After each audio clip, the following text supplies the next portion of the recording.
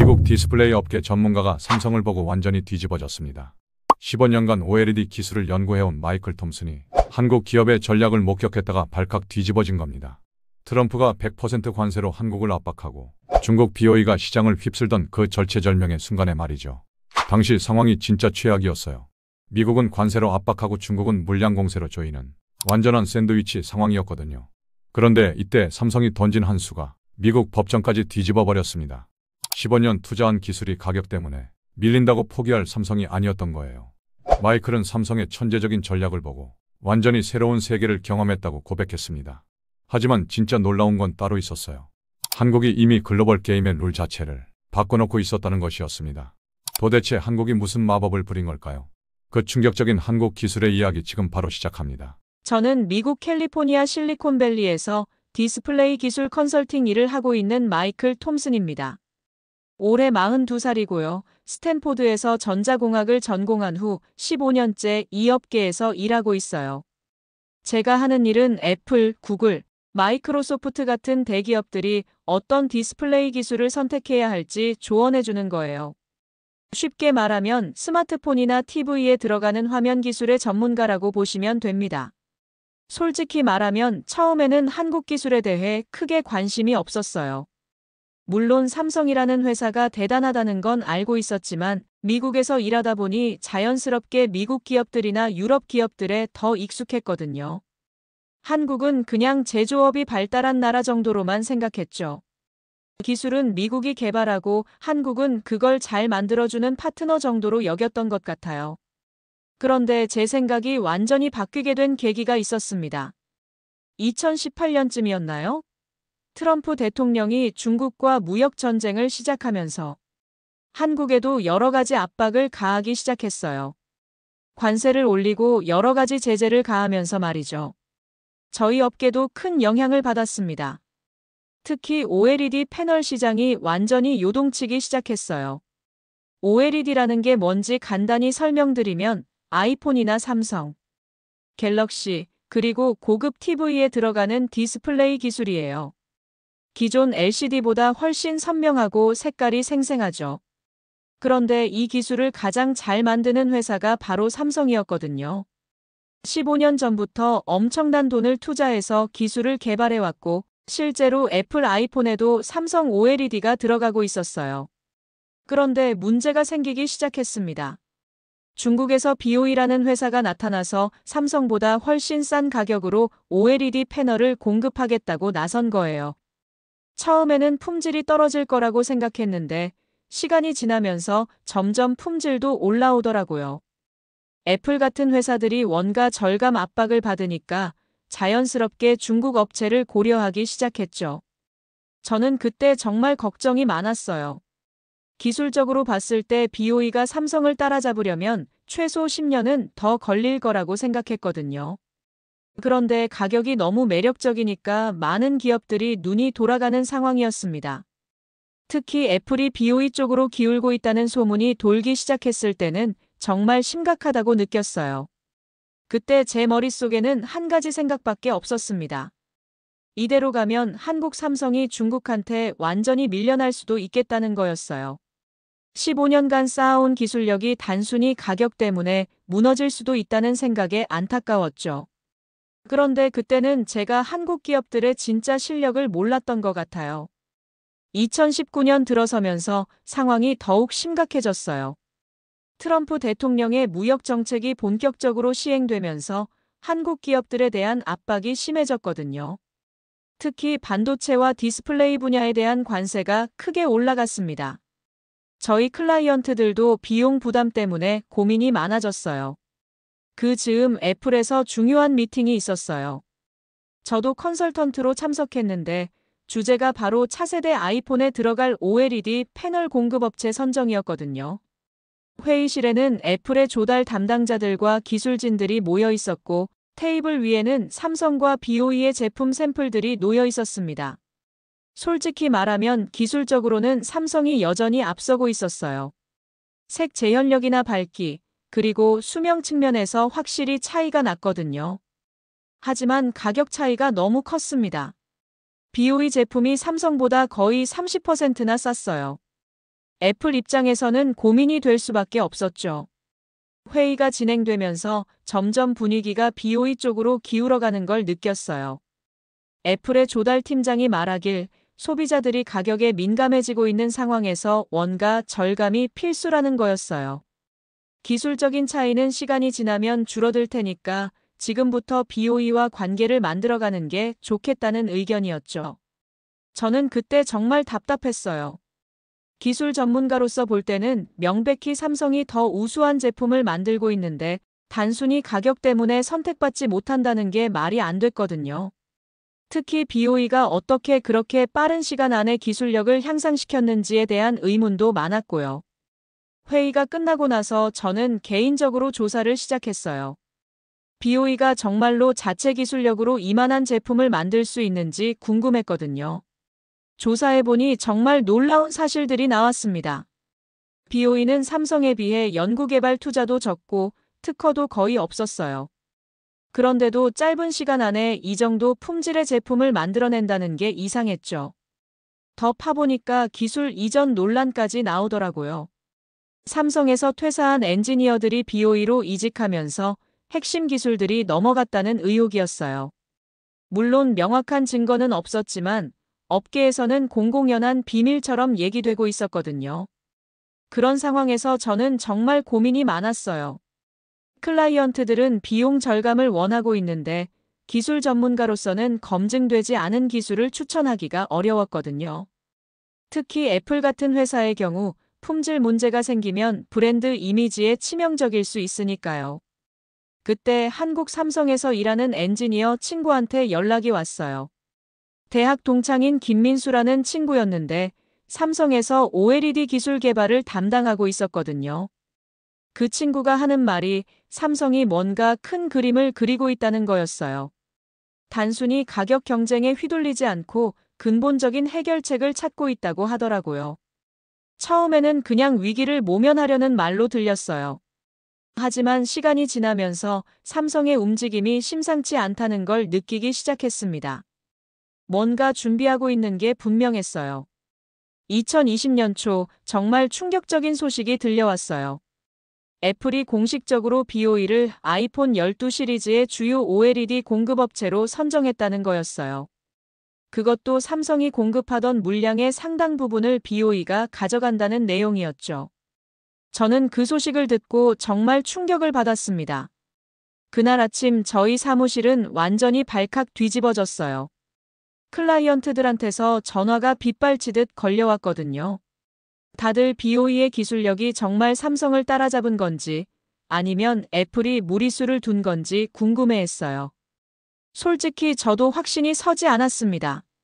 가장 충격적이었던 건 애플의 결정 과정이었어요.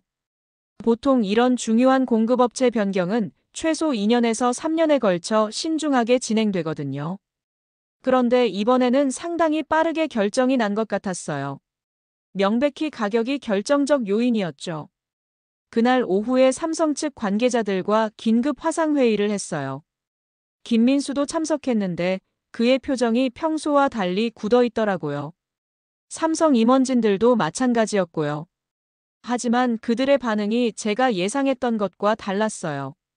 패닉 상태가 아니라 오히려 차분하고 단호한 느낌이었거든요. 삼성의 디스플레이 사업부 부사장이 말하길 이런 상황을 이미 예상하고 있었다고 하더라고요. BOE의 공격적인 가격 정책과 애플의 원가 절감 압박을 충분히 고려해서 대응책을 준비해왔다는 거였어요. 그때는 구체적으로 뭘 준비했는지 말해주지 않았지만 뭔가 큰 그림이 있다는 걸 느꼈습니다. 회의가 끝나고 나서 김민수와 따로 통화를 했어요. 그가 하는 말이 정말 인상적이었거든요.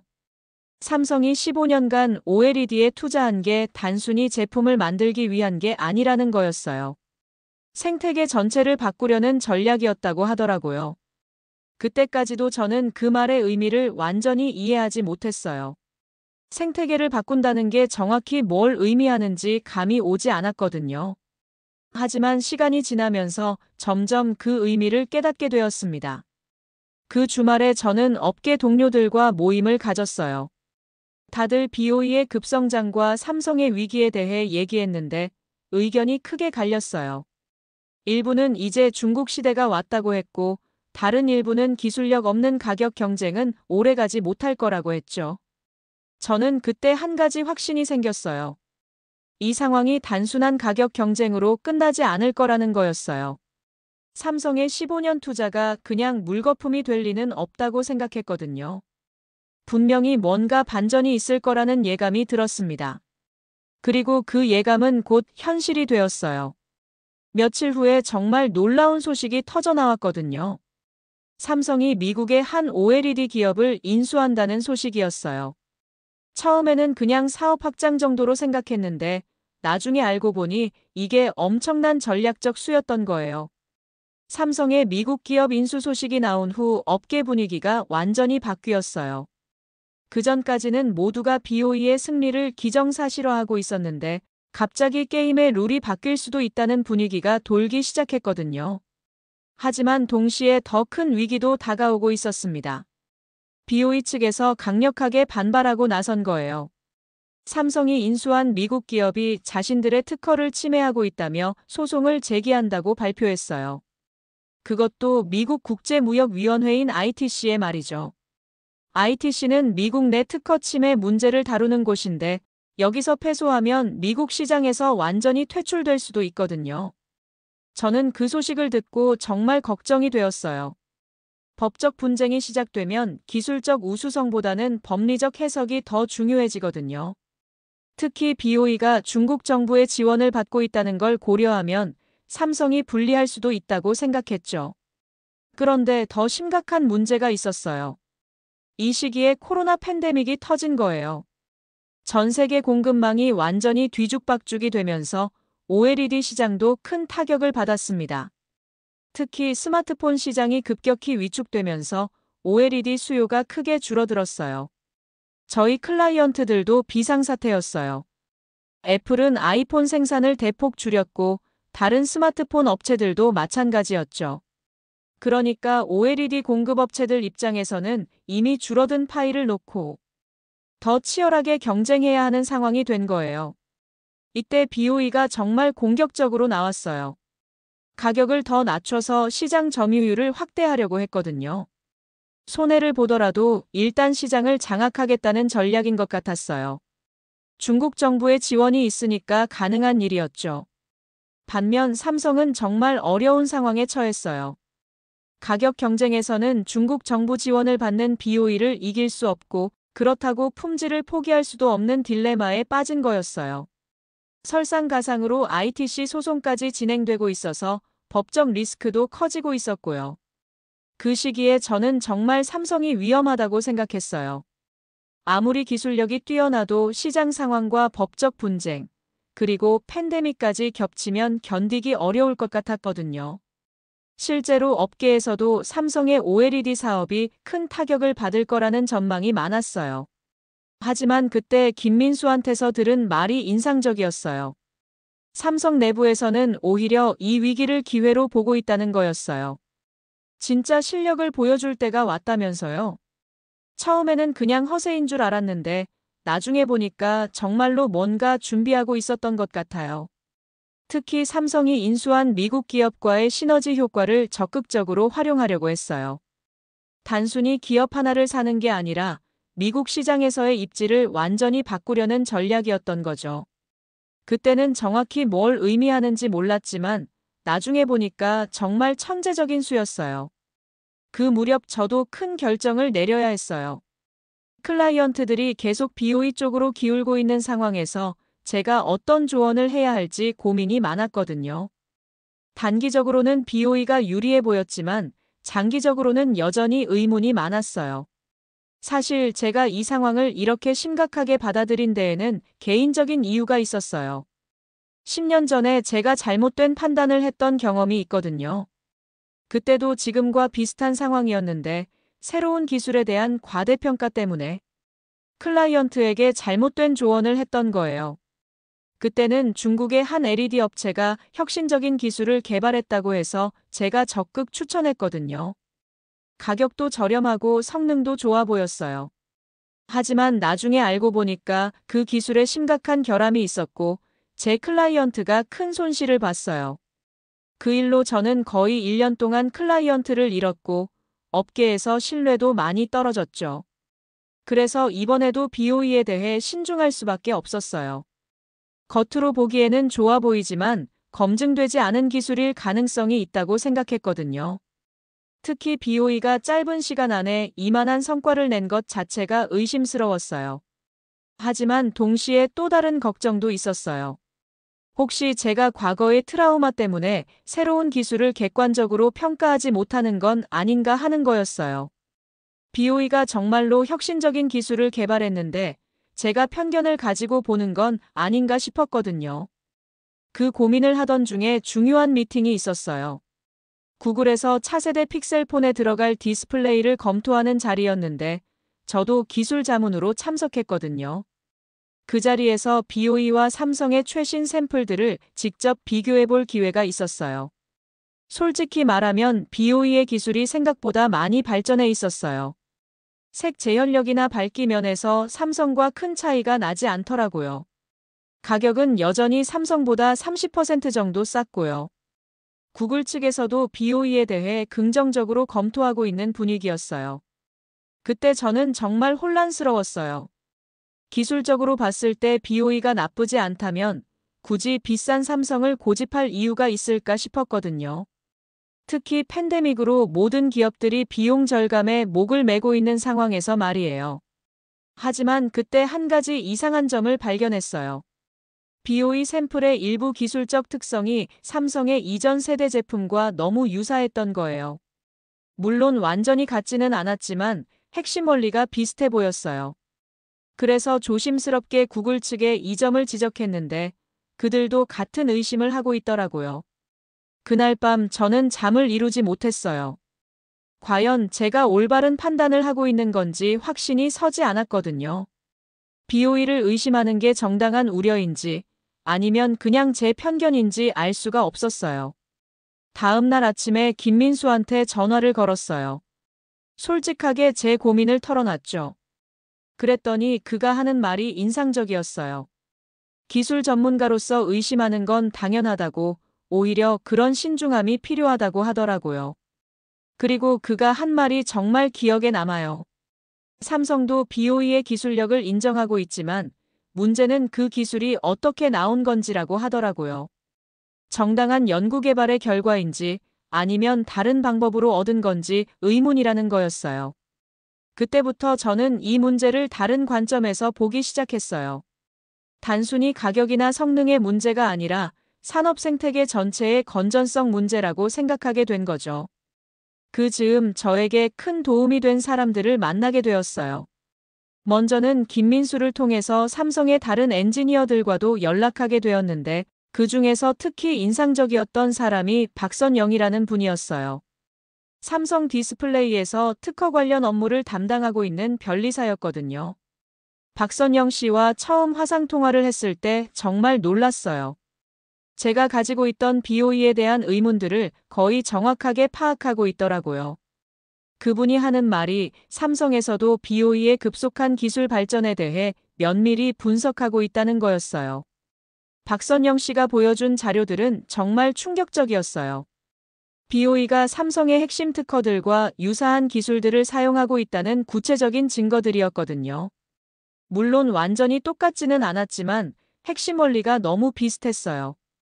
그것도 삼성이 10년 이상 걸려서 개발한 기술들을 BOE가 2, 3년 만에 구현했다는 게 설명이 안 됐거든요. 그때 저는 비로소 상황의 심각성을 깨달았어요. 이게 단순한 기술 경쟁이 아니라 지적 재산권 침해 문제일 수 있다는 거였죠. 박선영 씨는 이미 삼성에서 이 문제에 대해 법적 대응을 준비하고 있다고 했어요. 또 다른 도움을 받은 사람은 최진우라는 분이었어요. 삼성 디스플레이에서 마케팅을 담당하고 있는데 미국 시장을 잘 아는 분이었거든요. 최진우 씨를 통해서 삼성이 미국 기업을 인수한 진짜 이유를 알게 되었어요. 삼성의 전략은 정말 치밀했어요. 단순히 미국 시장 진출을 위한 인수가 아니라 미국 내에서 지적 재산권 분쟁을 유리하게 이끌어가기 위한 전략적 포석이었던 거예요. 미국 기업을 인수함으로써 삼성도 미국 기업이 되는 셈이니까 ITC에서 미국 산업 보호 논리를 활용할 수 있게 된 거죠. 그때 저는 정말 감탄했어요. 한국 기업들의 전략적 사고가 이 정도일 줄은 몰랐거든요. 단순히 기술 개발에만 집중하는 게 아니라 글로벌 비즈니스 환경까지 고려한 종합적인 접근이었어요. 최진우 씨가 설명해준 삼성의 장기 전략도 흥미로웠어요. 삼성은 이미 10년 전부터 중국 업체들의 추격을 예상하고 있었다고 하더라고요. 그래서 단순히 제조기술뿐만 아니라 특허 포트폴리오 구축에도 엄청난 투자를 했다는 거였어요. 그 과정에서 저는 한국 기업 문화의 특별한 점들을 발견하게 되었어요.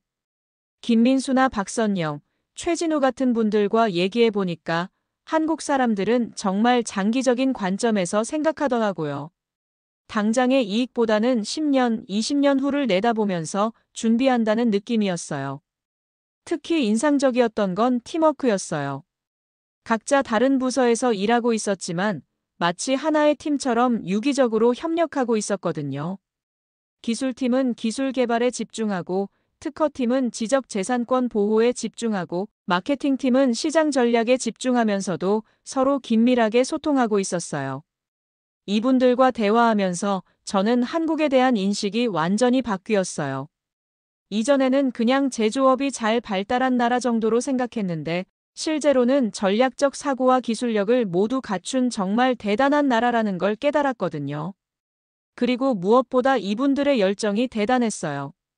자신들이 하는 일에 대한 자부심이 정말 강했고 한국 기술을 세계에 알린다는 사명감까지 가지고 있더라고요. 그런 모습을 보면서 저도 덩달아 힘이 났어요. 2021년 초에 상황이 더욱 복잡해졌어요. BOE가 ITC의 삼성을 상대로 특허 침해 소송을 정식으로 제기한 거예요. 그것도 삼성이 새로 인수한 미국 기업의 기술이 자신들의 특허를 침해했다는 주장이었어요. 완전히 공세적으로 나온 거죠. 저는 그 소식을 듣고 정말 당황했어요.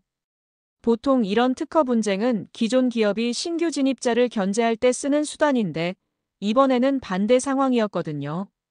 신규 진입자인 BOE가 기존 강자인 삼성을 공격하는 형국이었어요. 더 놀라운 건 BOE의 소송 전략이었어요. 단순히 특허 침해만 주장하는 게 아니라 삼성이 미국 기업 인수를 통해 불공정 경쟁을 하고 있다고 주장한 거예요. 미국 시장을 독점하려는 의도라면서 말이죠.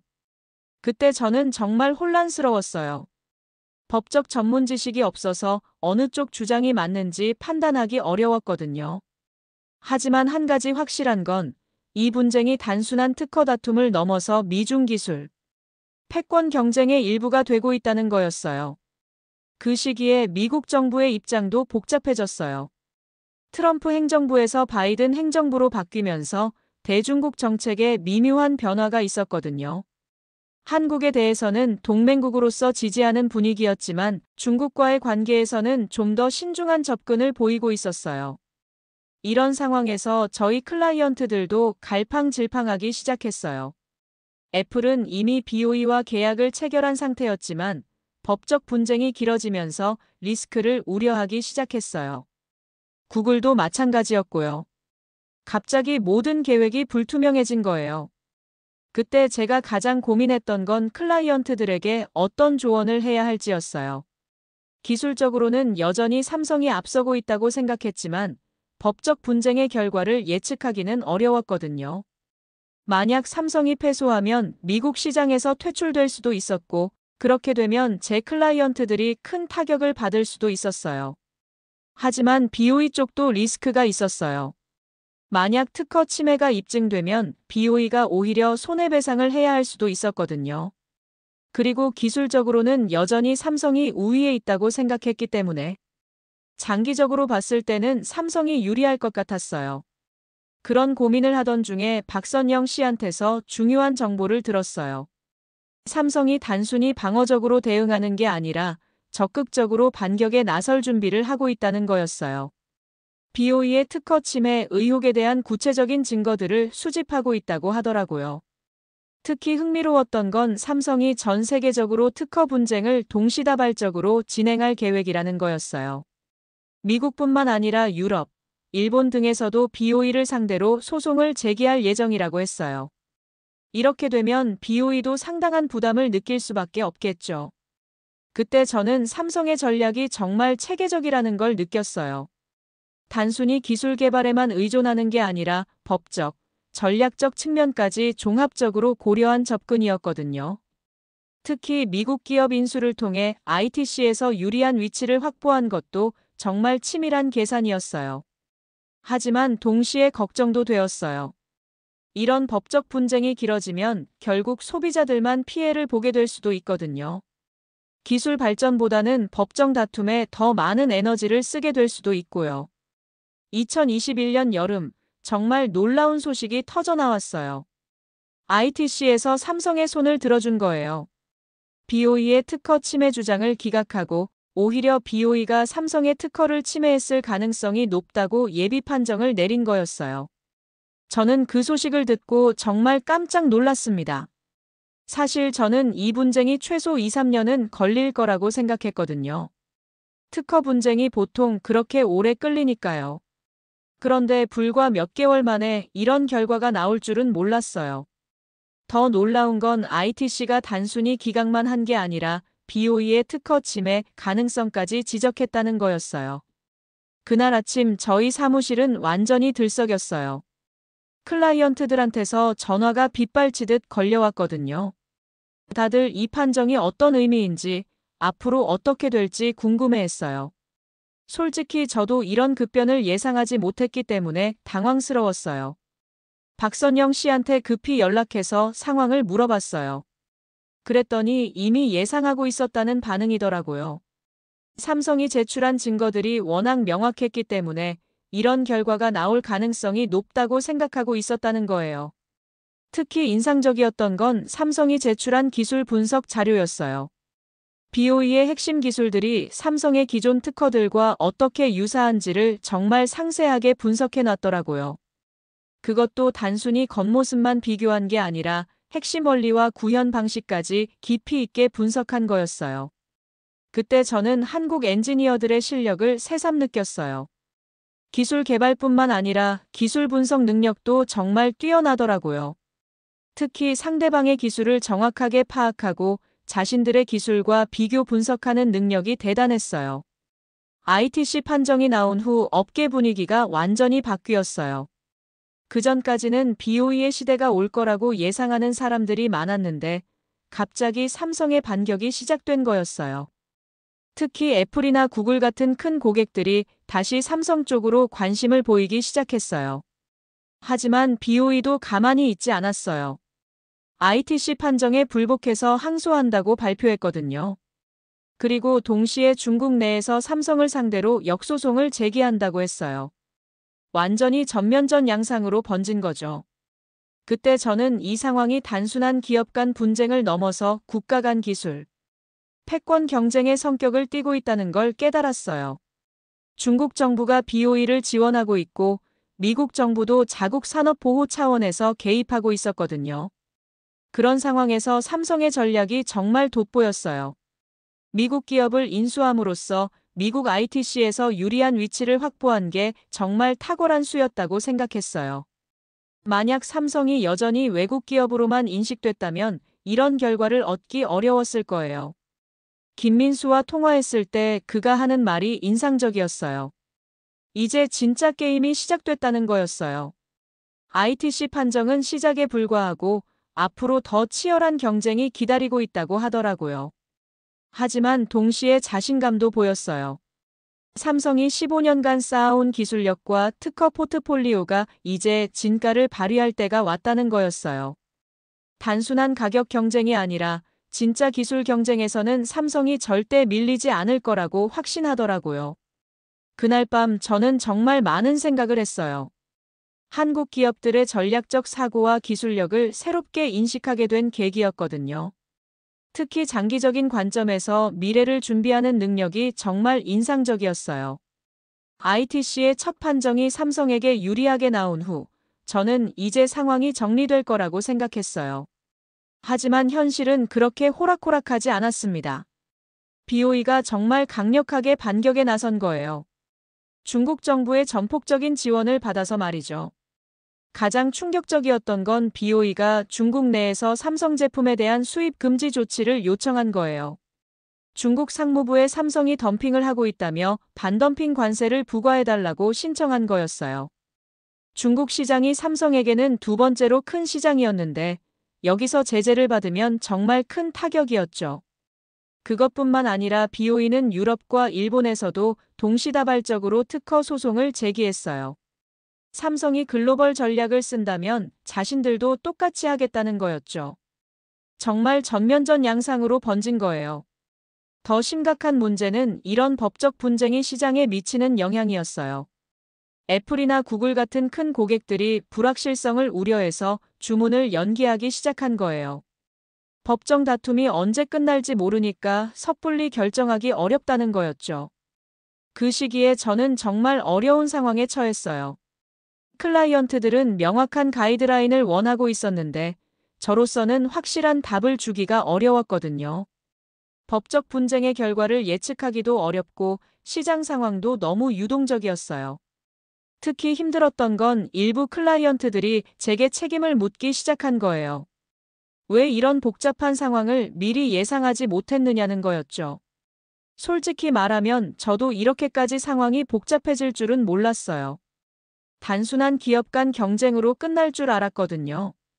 그런 상황에서 가장 큰 위기가 찾아왔어요. 제 주요 클라이언트 중 하나인 중견 스마트폰 회사가 계약을 해지한다고 통보한 거예요. 불확실한 상황에서 더 이상 컨설팅을 받을 수 없다는 이유였어요. 그 회사는 저희 매출의 거의 30%를 차지하고 있었거든요. 그날 밤 저는 정말 절망적이었어요. 15년간 쌓아온 커리어가 이런 식으로 무너질 수도 있다는 생각이 들었거든요. 특히 과거의 실패 경험이 떠오르면서 더욱 불안했어요. 혹시 제가 또 잘못된 판단을 하고 있는 건 아닌가 하는 생각도 들었고요. 그때 김민수한테 전화를 걸어서 솔직하게 제 상황을 털어놨어요. 정말 어떻게 해야 할지 모르겠다고 했죠. 그랬더니 그가 해준 말이 정말 위로가 되었어요. 이런 혼란스러운 상황에서 중심을 잃지 않고 올바른 판단을 내리는 게 진짜 전문가라고 하더라고요. 그리고 박선영 씨도 연락해서 격려해줬어요. 삼성 내부에서도 이번 분쟁이 쉽지 않을 거라고 예상하고 있지만 결국은 진실이 승리할 거라고 확신한다고 했어요. 기술적 우위와 정당한 특허권을 가지고 있으니까 시간이 걸리더라도 반드시 이길 수 있다는 거였죠. 그분들의 격려를 받으면서 저는 다시 마음을 다잡았어요. 어려운 상황이지만 포기할 수는 없다고 생각했거든요. 오히려 이런 위기 상황에서 제 진가를 보여야 한다고 마음먹었어요. 그래서 더욱 깊이 있는 분석을 시작했어요. 단순히 기술적 측면뿐만 아니라 법적, 정치적, 경제적 측면까지 종합적으로 고려해서 상황을 분석하기 시작한 거죠. 정말 힘든 시기였지만 그 과정에서 저도 많이 성장할 수 있었어요. 절망적인 상황에서 전환점이 찾아왔어요.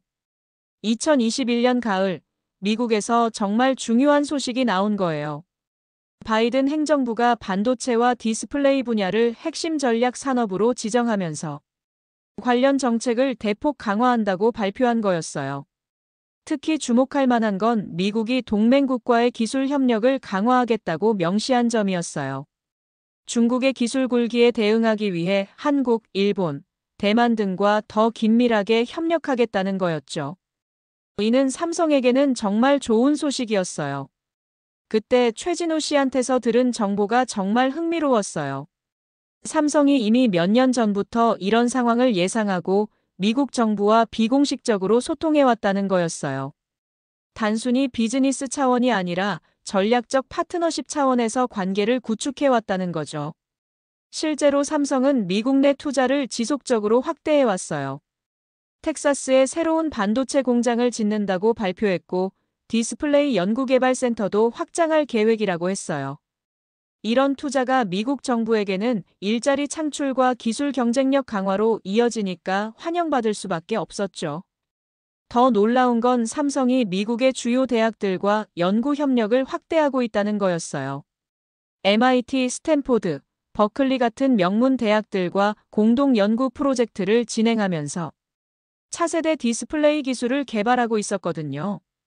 그때 저는 삼성의 전략이 정말 장기적이고 체계적이라는 걸 다시 한번 느꼈어요.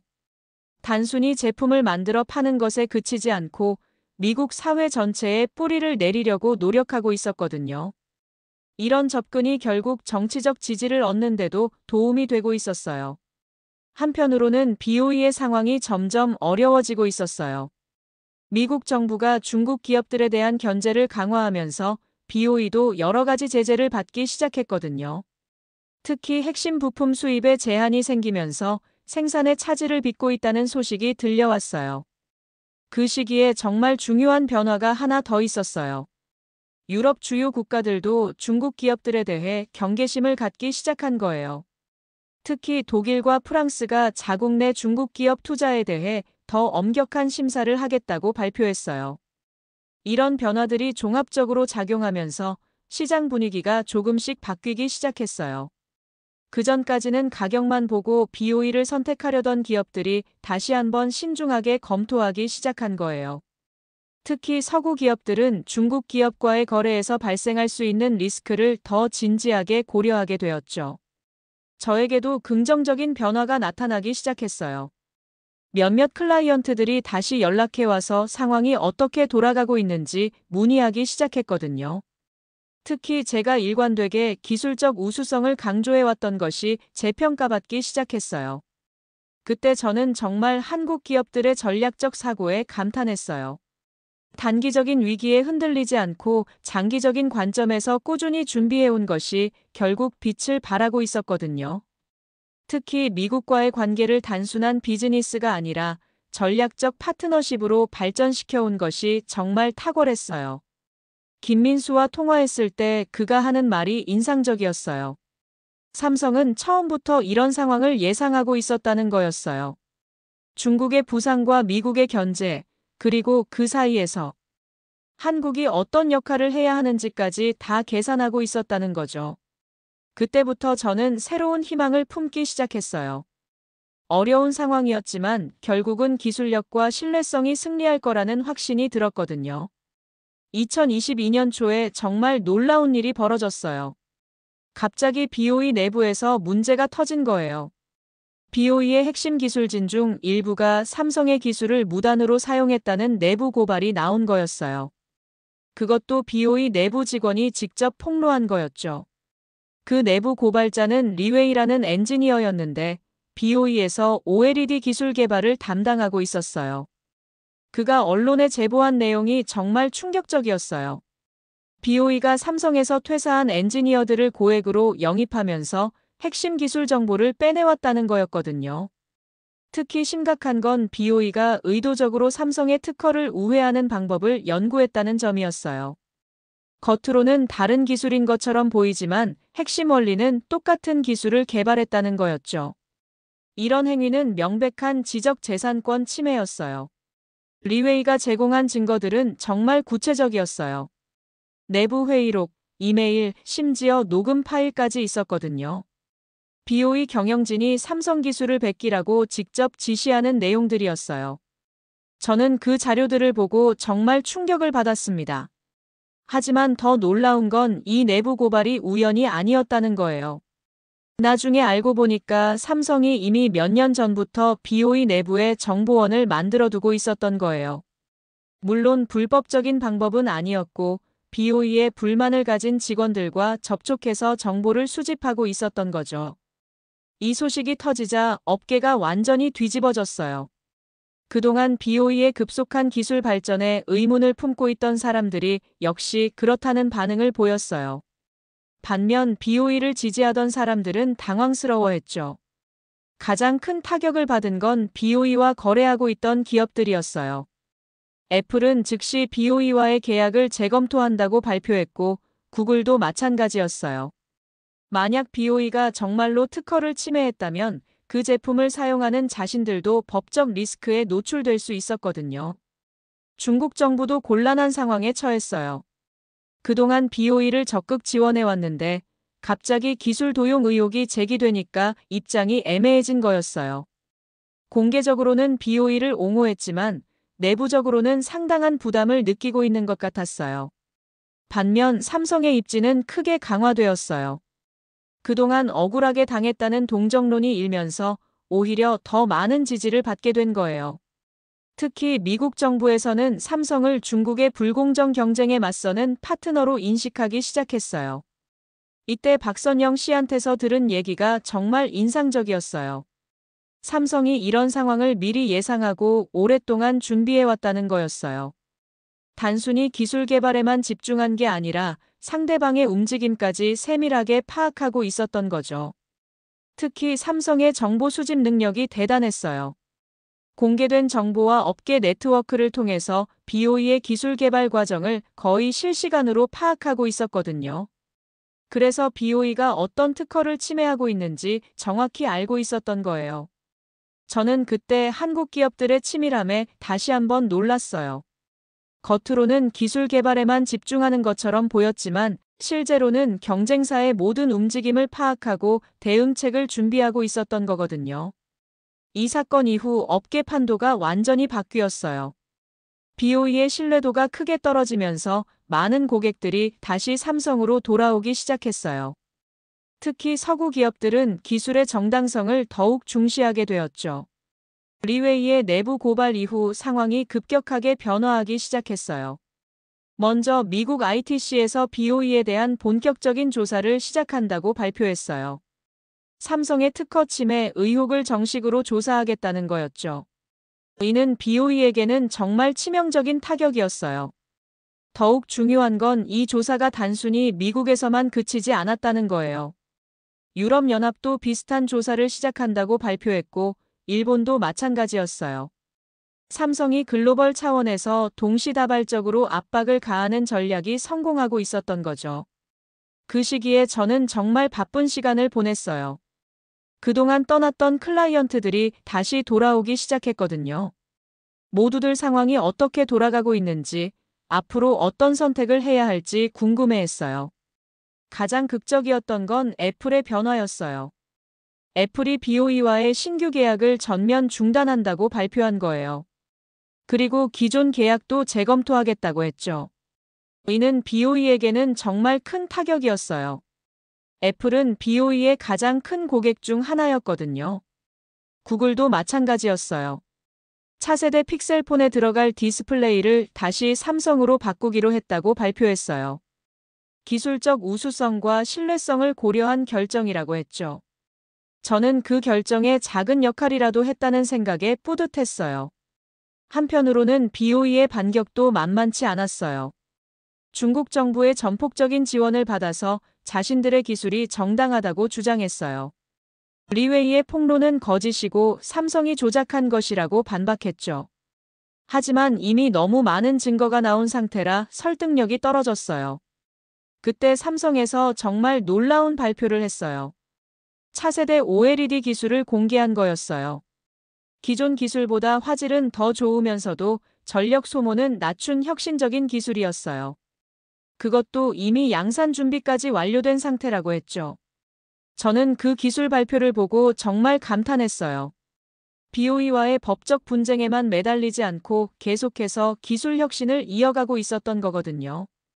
이런 모습이야말로 진정한 기술 기업의 모습이라고 생각했어요. 김민수한테서 들은 얘기로는 삼성이 이 신기술을 이미 3년 전부터 개발하고 있었다고 해요. BOE의 추격에 대비해서 항상 한 발 앞선 기술을 준비하고 있었던 거죠. 이런 장기적인 전략이 결국 승부를 결정짓고 있었어요. 특히 인상적이었던 건 삼성의 지적 재산권 전략이었어요. 새로운 기술에 대해서도 이미 수백 건의 특허를 출원해 놨더라고요. 이번에는 BOE가 쉽게 따라할 수 없도록 철저하게 특허 방어막을 구축한 거였어요. 그 즈음 최진우 씨한테서 들은 소식도 흥미로웠어요. 삼성이 미국 내 생산 시설을 대폭 확대할 계획이라는 거였어요. 텍사스 공장뿐만 아니라 추가로 2개 주에 더 공장을 짓겠다고 발표할 예정이라고 했어요. 이는 단순히 생산량 확대가 목적이 아니었어요. 미국 내에서 완전한 생산 생태계를 구축해서 중국 의존도를 줄이겠다는 전략이었거든요. 미국 정부의 공급망 다변화 정책과도 완벽하게 맞아떨어지는 계획이었어요. 저는 그때 정말 한국 기업들의 전략적 사고에 감탄했어요. 단순히 현재 상황에만 대응하는 게 아니라 미래의 변화까지 예측해서 준비하고 있었거든요. 특히 지정학적 변화까지 고려한 장기 전략이 정말 놀라웠어요. 그리고 무엇보다 기술력에 대한 자신감이 대단했어요. 아무리 어려운 상황이 와도 결국은 기술이 승부를 결정한다는 믿음이 확고했거든요. 그런 자신감이 있었기에 이런 치밀한 전략을 세울 수 있었던 것 같아요. 2022년 여름, 드디어 결정적인 순간이 다가왔어요. 미국 ITC에서 BOE에 대한 최종 판정을 내린다고 발표한 거예요. 그동안 몇 달에 걸친 조사 결과를 바탕으로 BOE가 실제로 삼성의 특허를 침해했는지 최종 결론을 내리겠다는 거였죠. 저는 그 소식을 듣고 정말 긴장됐어요. 이 판정이 향후 글로벌 디스플레이 산업의 판도를 완전히 바꿀 수 있는 중요한 결정이었거든요. 만약 BOE가 승리한다면 중국의 기술 굴기가 본격화될 것이고, 삼성이 승리한다면 기술의 정당성이 다시 중요해질 거라고 생각했어요. 판정 발표 며칠 전부터 업계 전체가 초긴장 상태였어요.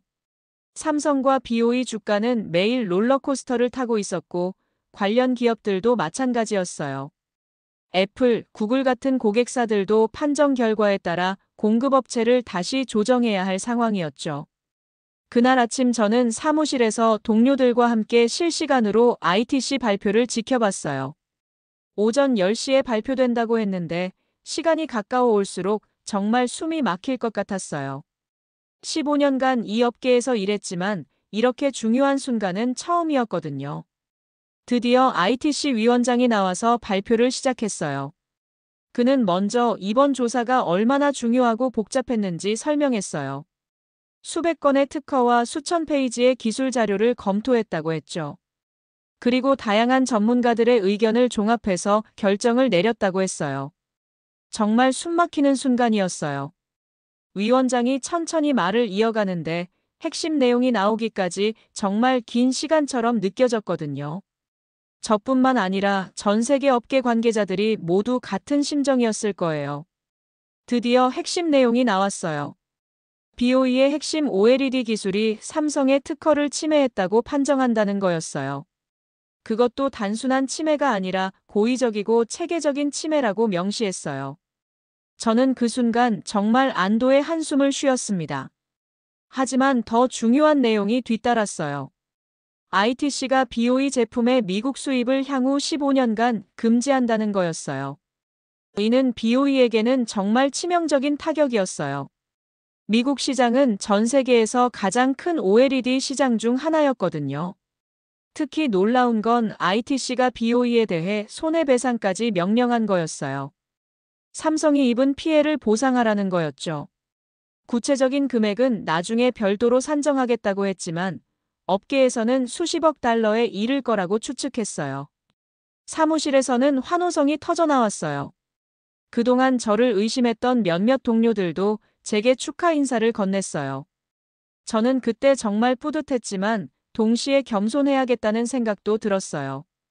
이건 제 개인의 승리가 아니라 기술의 정당성이 인정받은 거였거든요. 김민수한테 바로 연락했더니 삼성 내부도 완전히 축제 분위기라고 하더라고요. 하지만 동시에 긴장도 하고 있다고 했어요. 이제 진짜 게임이 시작된다는 거였어요. BOE가 가만히 있을 리 없고 중국 정부도 강력하게 반발할 거라고 예상한다는 거였죠.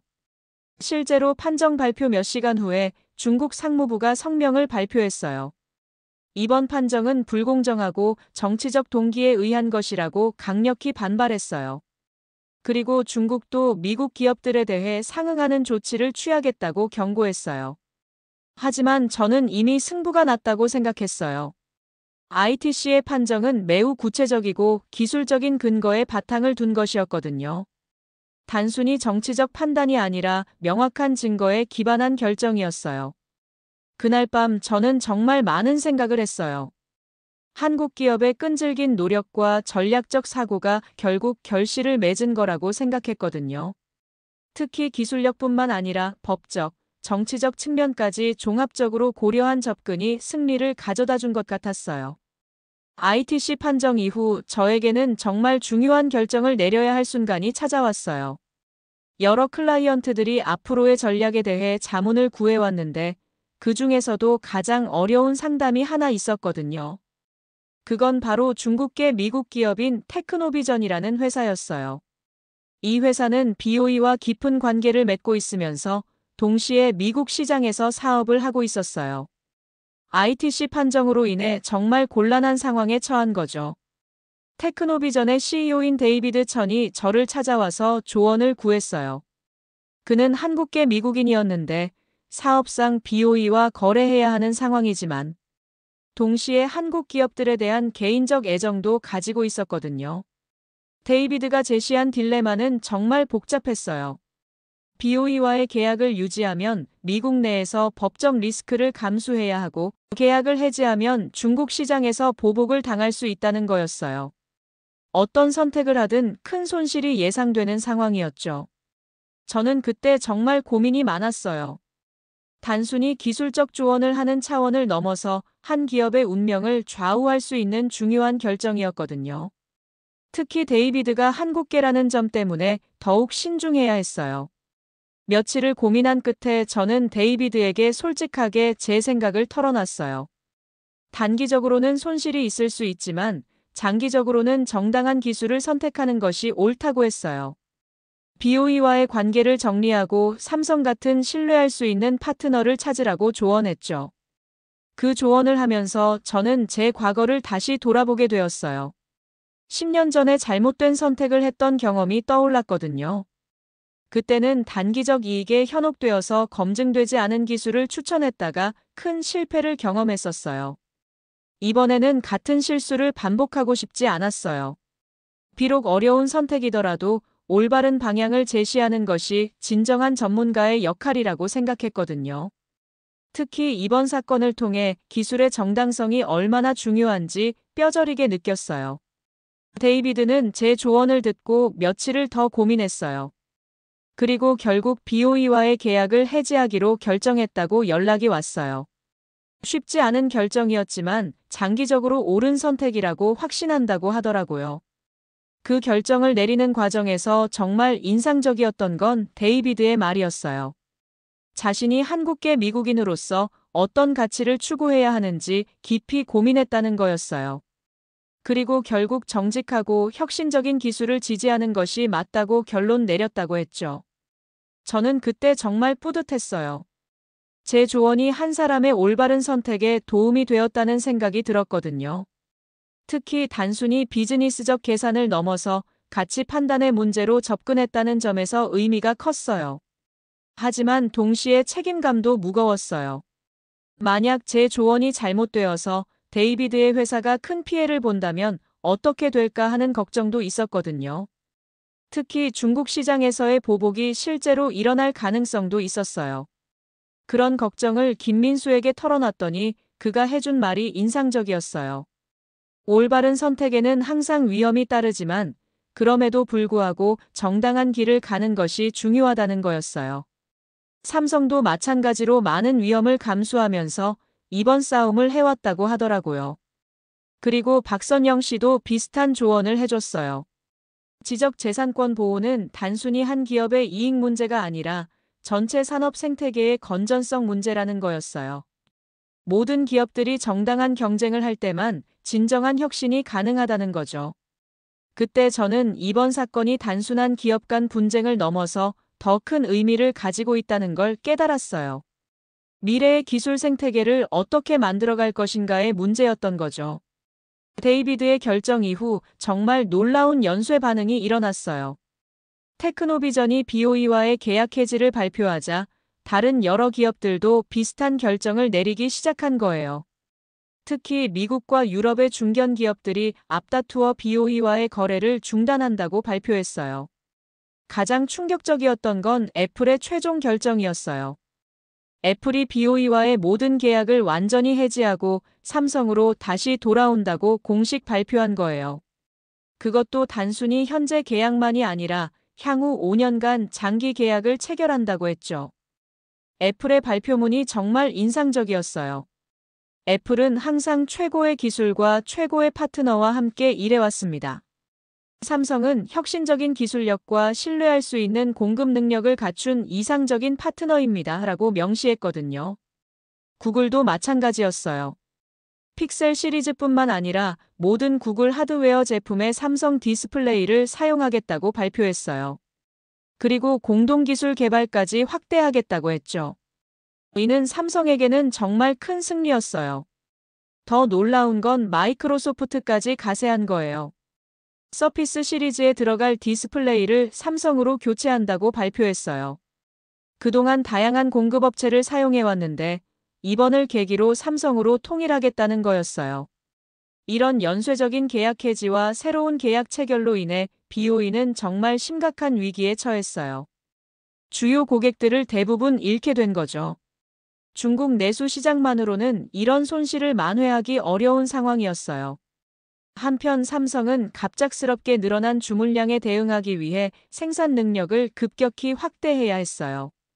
김민수한테서 들은 얘기로는 삼성 내부가 정말 바쁜 상황이라고 하더라고요. 하지만 동시에 정말 기분 좋은 비명이라고 했어요. 특히 인상적이었던 건 삼성의 대응 속도였어요. 이미 이런 상황을 예상하고 생산 능력 확대 계획을 미리 준비해 놨더라고요. 새로운 생산 라인을 빠르게 가동시키고 기존 라인의 효율성도 대폭 향상시켰어요. 그 과정에서 삼성의 기술력이 다시 한번 빛을 발했어요. 단순히 생산량만 늘린 게 아니라 품질까지 더욱 향상시켰거든요. 새로운 공정 기술을 도입해서 불량률을 크게 낮췄다고 했어요. 저는 그때 정말 한국 기업들의 실행력에 감탄했어요. 계획을 세우는 것뿐만 아니라 그것을 실제로 실행에 옮기는 능력이 정말 뛰어났거든요. 특히 위기를 기회로 전환시키는 능력이 대단했어요. 이런 변화들이 시장에 미치는 영향도 컸어요. 삼성 주가는 연일 상한가를 기록했고 관련 부품업체들도 덩달아 호황을 누렸어요. 반면 BOE와 관련된 중국 기업들은 큰 타격을 받았죠. 더 중요한 건 이런 변화가 단순히 한국과 중국의 문제가 아니었다는 거예요. 전 세계 기술 생태계에서 정당한 경쟁의 중요성이 다시 부각되고 있었거든요. 특히 서구 기업들이 기술의 신뢰성을 더욱 중시하게 되었어요. 저에게도 긍정적인 변화가 많았어요. 그동안 저를 의심했던 클라이언트들이 다시 신뢰를 보내기 시작했거든요. 특히 기술적 우수성을 일관되게 강조해온 제 철학이 옳았다는 평가를 받았어요. 데이비드한테서도 좋은 소식이 들려왔어요. BOE와의 계약을 해지한 후 오히려 새로운 비즈니스 기회들이 많이 생겼다는 거였어요. 서구 기업들이 신뢰할 수 있는 파트너로 인식하기 시작했다고 하더라고요. 그때 저는 정말 보람을 느꼈어요. 어려운 순간에 올바른 조언을 했던 것이 결국 좋은 결과로 이어진 거였거든요. 특히 단기적 이익보다 장기적 가치를 추구했던 것이 옳았다는 확신이 들었어요. 2022년 가을, 정말 상징적인 사건이 하나 더 벌어졌어요. 중국 정부가 BOE에 대한 지원을 대폭 축소한다고 발표한 거예요. 그동안 막대한 보조금을 지원해왔는데 앞으로는 시장 경쟁력을 갖춘 기업만 지원하겠다는 방침으로 바뀐 거였어요. 이는 사실상 BOE에게 백기투항을 선언하라는 신호나 다름없었어요. 중국 정부도 더 이상 이 싸움을 지속하기 어렵다고 판단한 것 같았어요. 특히 국제적 이미지 손상과 WTO 제소 위험까지 고려했을 때 손익계산이 맞지 않는다고 본 거죠. BOE의 반응은 정말 극적이었어요. 회사 측에서 공식 성명을 발표해서 기존 특허 분쟁에 대해 삼성과 협상할 용의가 있다고 밝힌 거예요. 사실상 항복 선언이나 다름없었죠. 그동안 강경하게 맞서왔던 것과는 완전히 다른 태도였어요. 더욱 놀라운 건 BOE가 삼성에게 기술 라이센스를 요청했다는 소식이었어요. 이제는 정당한 방법으로 기술을 사용하겠다는 의미였죠. 물론 삼성 입장에서는 이미 손해를 본 상황이라 쉽게 받아들일 수는 없었지만 그래도 긍정적인 신호였어요. 그 과정에서 리웨이의 역할이 다시 한번 부각되었어요. 그가 추가로 제공한 내부 정보들이 BOE의 기술 도용 규모가 생각보다 훨씬 크다는 걸 보여줬거든요. 삼성뿐만 아니라 다른 한국, 일본, 대만 기업들의 기술도 무단으로 사용했다는 증거들이 나온 거예요. 이런 추가 폭로로 인해 BOE의 입지는 더욱 좁아졌어요. 이제는 삼성과의 문제만이 아니라 전 세계 기술 기업들과의 관계까지 재정리해야 하는 상황이 된 거였어요. 사실상 지금까지의 비즈니스 모델을 완전히 바꿔야 하는 상황이었죠. 한편 삼성은 이런 상황을 정말 현명하게 활용했어요. BOE를 완전히 몰아붙이기보다는 적절한 선에서 협상 여지를 남겨둔 거예요. 업계의 안정성을 고려한 결정이었는데 이런 모습이 더욱 성숙한 기업이라는 인상을 줬어요. 김민수한테서 들은 얘기로는 삼성 내부에서도 이번 승리를 겸손하게 받아들이고 있다고 해요. 자만하지 않고 계속해서 기술 혁신에 집중하겠다는 분위기라고 하더라고요. 특히 다음 세대 기술 개발에 더욱 박차를 가하고 있다고 했어요. 특히 인상적이었던 건 삼성이 승리 이후 보여준 태도였어요. 승자의 여유를 보이면서도 업계 전체의 발전을 위해 기술 표준 개발에 적극 참여하겠다고 발표했거든요. 단순히 경쟁에서 이기는 것을 넘어서 업계 리더로서의 책임을 다하겠다는 의지였어요. 저는 그때 정말 한국 기업 문화의 특별함을 느꼈어요. 승리했을 때도 겸손함을 잃지 않고 더 큰 그림을 생각하는 모습이 인상적이었거든요. 이런 태도가 결국 장기적으로 더 큰 신뢰를 얻는 방법이라고 생각했어요. 이런 변화들은 저에게도 새로운 기회를 가져다 줬어요. 많은 기업들이 앞으로의 기술 트렌드와 전략에 대해 자문을 구하기 시작했거든요. 특히 아시아 기업들과의 협력 방안에 대한 문의가 많이 들어왔어요. 그 과정에서 저는 새로운 역할을 찾게 되었어요.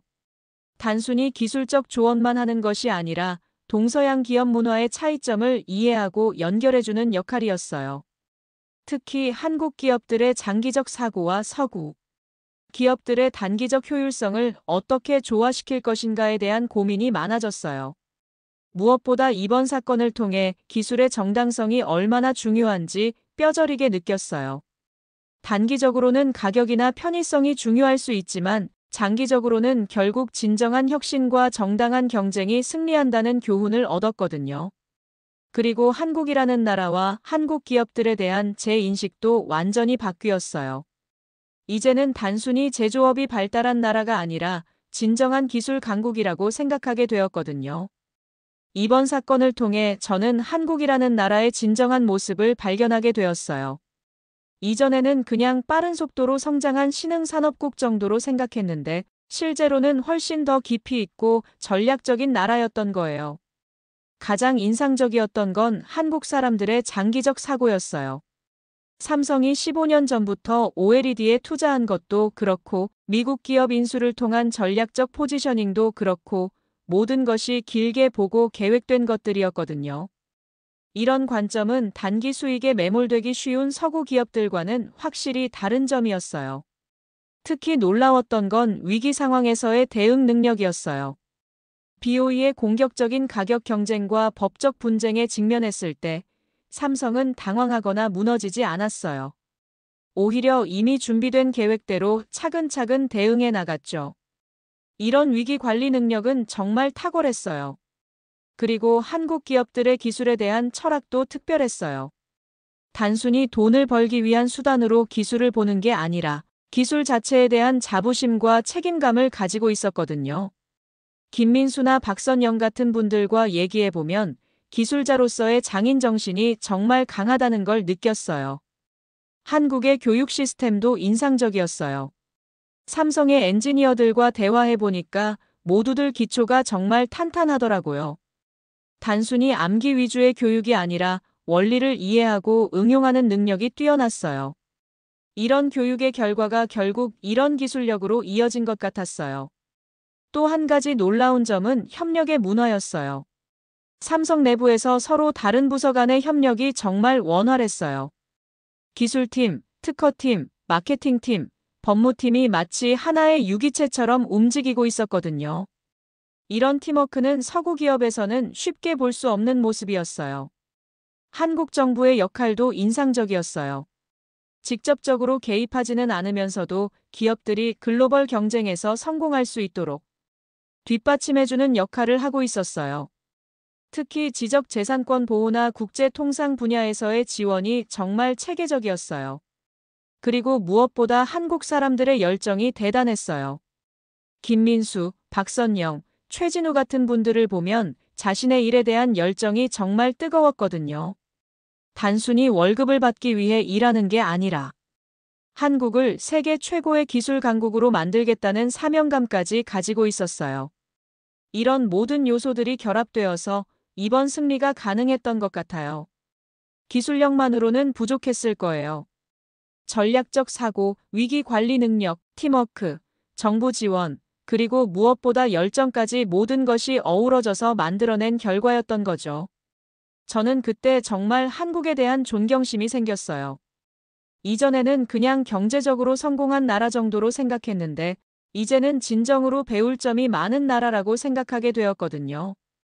특히 장기적 관점에서 꾸준히 투자하고 준비하는 자세는 정말 본받을 만했어요.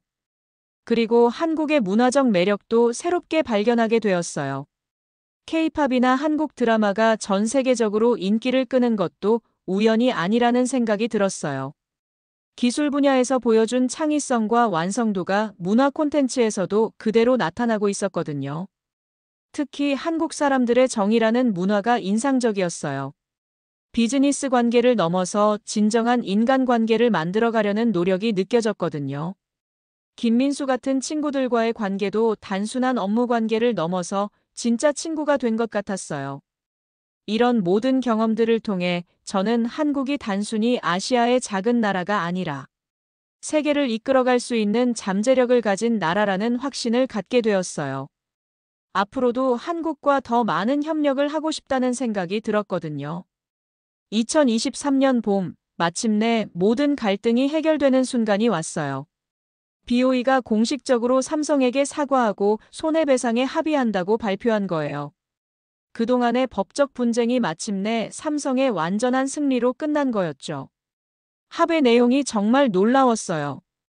BOE가 삼성에게 배상할 금액이 무려 50억 달러에 달한다고 발표되었거든요. 이는 역사상 지적재산권 분쟁에서 나온 최대 규모의 배상금이었어요. 더불어 BOE는 향후 10년간 삼성의 특허 기술을 정당한 라이센스 비용을 지불하고 사용하겠다고 약속했어요. 하지만 더 의미 있는 건 BOE의 사과문이었어요. 삼성의 혁신적인 기술과 오랜 투자에 대한 존경을 표하며 과거의 부적절한 행위에 대해 진심으로 사과한다고 명시했거든요. 이는 단순한 법적 합의를 넘어서 기술의 정당성을 인정하는 선언이었어요. 저는 그 소식을 듣고 정말 감격스러웠어요. 지난 몇 년간의 힘든 싸움이 마침내 결실을 맺은 거였거든요. 특히 제가 일관되게 주장해온 기술의 정당성이 완전히 입증된 순간이었어요. 애플과 구글도 이번 합의를 환영한다는 성명을 발표했어요. 이제 안정적이고 신뢰할 수 있는 공급망을 확보할 수 있게 되었다는 거였죠. 특히 애플은 삼성과의 파트너십을 더욱 확대하겠다고 발표했어요. 한편 업계 전체에도 긍정적인 변화가 나타나기 시작했어요. 다른 중국 기업들도 지적재산권 준수에 더욱 신경을 쓰기 시작했거든요. 이번 사건이 일종의 경고 메시지 역할을 한 거였어요. 정당하지 않은 방법으로는 장기적 성공을 할 수 없다는 교훈을 준 거죠. 리웨이는 이번 합의 이후 새로운 인생을 시작했어요. 삼성에서 그를 영입해서 기술 자문 역할을 맡겼거든요. 그는 자신의 용기 있는 행동이 업계 전체에 긍정적인 변화를 가져왔다며 뿌듯해했어요. 데이비드 천의 테크노비전도 이번 변화의 수혜자가 되었어요. BOE와의 관계를 정리한 후 오히려 더 많은 비즈니스 기회를 얻게 되었거든요. 특히 서구 기업들이 신뢰할 수 있는 파트너로 인식하면서 매출이 크게 늘었어요. 저에게도 정말 의미 있는 변화가 있었어요.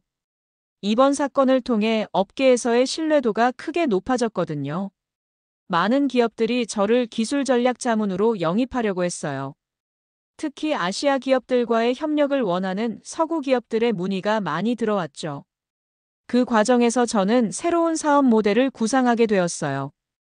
단순히 개별 기업에 자문을 제공하는 것을 넘어서 동서양 기업 간의 기술 교류를 중개하는 역할을 하고 싶었거든요.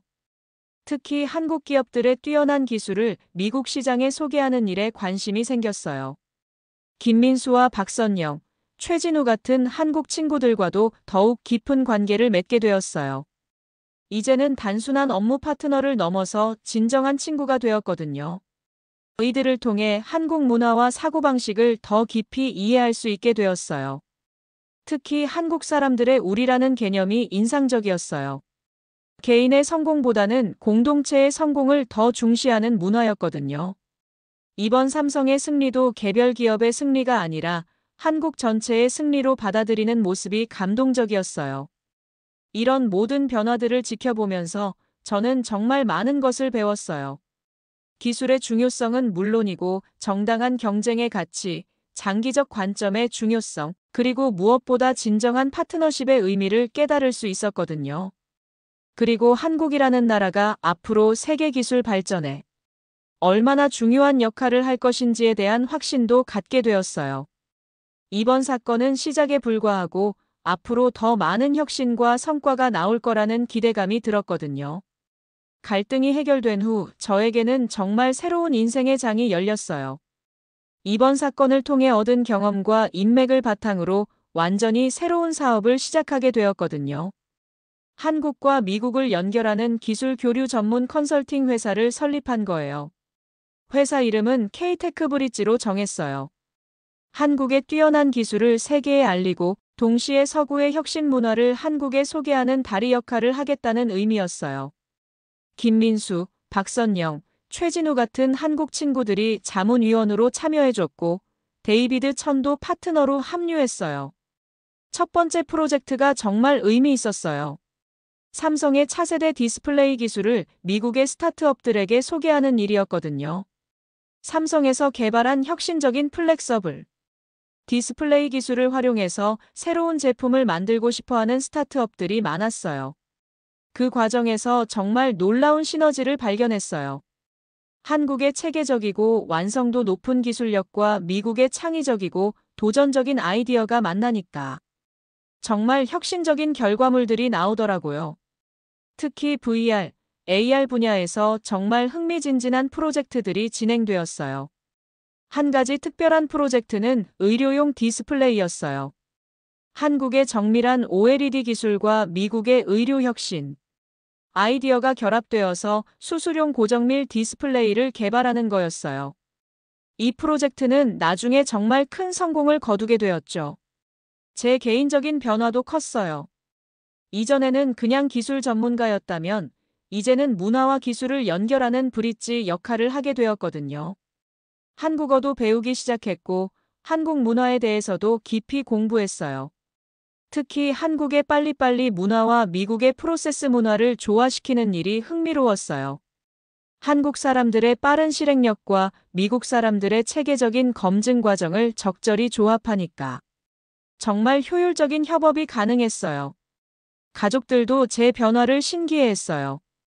아내는 제가 한국에 대해 얘기할 때의 열정적인 모습을 보고 정말 놀라워했거든요. 아이들도 한국 문화에 관심을 보이기 시작했어요. 특히 K-팝과 한국 드라마를 통해서 한국에 대한 친근감을 갖게 되었죠. 그해 여름에는 가족과 함께 처음으로 한국을 방문했어요. 김민수가 안내를 해줘서 정말 의미 있는 여행이 되었어요. 삼성 본사도 구경하고 한국의 다양한 기술 기업들도 방문했죠. 한국에서 가장 인상적이었던 건 사람들의 열정이었어요. 어디를 가든 자신의 일에 대한 자부심과 열정을 가진 사람들을 만날 수 있었거든요. 특히 젊은 엔지니어들의 꿈과 비전이 정말 인상적이었어요. 판교 테크노밸리를 방문했을 때는 정말 놀랐어요. 실리콘밸리 못지않은 혁신적인 분위기와 에너지가 넘치고 있었거든요. 하지만 실리콘밸리와는 또 다른 독특한 매력이 있었어요. 더 협력적이고 공동체적인 분위기였달까요? 그 여행에서 저는 한국의 미래 가능성을 확신하게 되었어요. 이미 충분히 발전한 나라이지만 앞으로 더 큰 성장 잠재력을 가지고 있다는 걸 느꼈거든요. 특히 AI, 바이오, 우주항공 같은 미래 산업에서 한국이 어떤 역할을 할지 정말 기대되었어요. 돌아와서 저는 더욱 적극적으로 한미 기술 교류를 확대하기 시작했어요. 실리콘밸리의 여러 기업들에게 한국의 기술력을 소개했고, 실제로 많은 협력 프로젝트들이 성사되었어요. 특히 뿌듯했던 건 몇몇 미국 기업들이 한국에 연구소를 설립하기로 결정한 거였어요. 제가 중간에서 연결해준 역할이 작게나마 도움이 되었다고 생각하니까 정말 보람 있었어요. 그리고 무엇보다 제 인생의 새로운 목적을 찾았다는 게 가장 큰 변화였어요. 이제는 단순히 돈을 벌기 위해 일하는 게 아니라 한국과 미국, 그리고 전 세계의 기술 발전에 기여한다는 사명감을 가지게 되었거든요. 지금 이 순간 2024년 말을 맞이하면서 지난 몇 년을 돌이켜보니 정말 감개무량해요. 삼성과 BOE의 분쟁에서 시작된 이 모든 여정이 결국 제 인생을 완전히 바꿔놓았거든요. 그리고 무엇보다 한국이라는 나라에 대한 저의 인식을 근본적으로 변화시켜 주었어요. 오늘도 제 사무실에는 한국과 관련된 프로젝트 문의가 끊이지 않고 있어요. 한국의 배터리 기술, 반도체 기술, 바이오 기술을 미국에 소개해달라는 요청들이죠. 이제는 한국이 단순히 제조업 강국이 아니라 진정한 기술 혁신의 중심지라는 인식이 확산되고 있어요. 가장 기억에 남는 건 지난달에 있었던 일이에요. 스탠포드 대학에서 강연을 해달라고 요청받았거든요. 15년 전만 해도 상상할 수 없었던 일이었어요. 그때는 한국을 그저 아시아의 작은 나라 정도로만 생각했으니까요. 강연에서 저는 이번 삼성 사건을 통해 배운 교훈들을 나누었어요. 기술의 정당성, 장기적 투자의 중요성, 그리고 무엇보다 진정한 혁신이 무엇인지에 대해 얘기했죠. 학생들의 반응이 정말 뜨거웠어요. 특히 한국계 학생들이 자부심을 느끼는 모습이 인상적이었어요. 김민수는 이제 삼성에서 임원으로 승진해서 차세대 디스플레이 사업부를 이끌고 있어요. 그와 함께 진행하는 프로젝트들은 항상 성공적이에요. 한국 사람들의 치밀함과 완성도, 그리고 끝까지 해내는 끈기가 정말 대단하거든요. 박선영 씨는 지적재산권 전문가로서 국제적 명성을 얻고 있어요. 이번 사건의 성공 경험을 바탕으로 다른 한국 기업들의 해외 진출을 돕는 일을 하고 있어요. 그분을 통해 저도 지적재산권의 중요성을 새롭게 인식하게 되었어요. 최진우 씨는 삼성 북미법인의 마케팅 총괄로 일하고 있어요. 그의 전략적 사고와 글로벌 감각이 삼성의 미국 시장 확대에 큰 도움이 되고 있어요. 이분들과의 협업을 통해 저도 많이 성장할 수 있었어요. 데이비드 천의 테크노비전은 이제 나스닥에 상장을 준비하고 있어요. 그때 제가 해준 조언이 결정적 도움이 되었다고 고마워하더라고요. 올바른 선택이 결국 더 큰 성공으로 이어진다는 걸 보여주는 사례라고 생각해요. 리웨이는 지금 삼성에서 정말 중요한 역할을 하고 있어요. 그의 용기 있는 고발이 업계 전체를 더 건전하게 만드는데 기여했다고 생각해요. 때로는 옳은 일을 하기 위해 큰 용기가 필요하다는 걸 그를 통해 배웠어요. 저희 이제 실리콘밸리에서 인정받는 컨설팅 회사로 성장했어요. 한국과 미국을 연결하는 가교 역할을 하면서 정말 의미 있는 일들을 하고 있어요. 특히 젊은 한국 엔지니어들이 실리콘밸리에서 성공할 수 있도록 돕는 일이 보람 있어요. 가족들도 이제 한국을 제2의 고향처럼 여기고 있어요. 아내는 한국 요리를 배우기 시작했고 아이들은 한국어를 공부하고 있어요. 특히 큰아이는 나중에 한국에서 공부하고 싶다고 하더라고요. 이제 저는 한국을 진정한 파트너이자 친구로 여기고 있어요. 단순히 비즈니스 관계를 넘어서 인생의 소중한 동반자가 되었거든요. 한국 사람들의 따뜻한 정과 끈끈한 인간관계, 그리고 함께 성공하려는 공동체 정신이 정말 감동적이에요. 앞으로도 한국과 함께 더 많은 혁신을 만들어가고 싶어요. 이미 AI, 바이오, 우주항공 분야에서 흥미진진한 프로젝트들이 진행되고 있어요. 한국의 기술력과 미국의 창의성이 만나면 정말 놀라운 결과물들이 나올 거라고 확신해요. 15년 전에는 상상도 못했던 일이에요. 한국이 제 인생을 이렇게 완전히 바꿔놓을 줄은 몰랐거든요. 지금 돌이켜보니 삼성과 BOE의 분쟁은 단순한 기업 간 경쟁이 아니라 제게는 새로운 세계를 열어준 운명적인 사건이었어요. 한국, 정말 대단한 나라입니다. 그리고 앞으로도 세계를 놀라게 할 더 많은 혁신을 만들어낼 거라고 확신해요.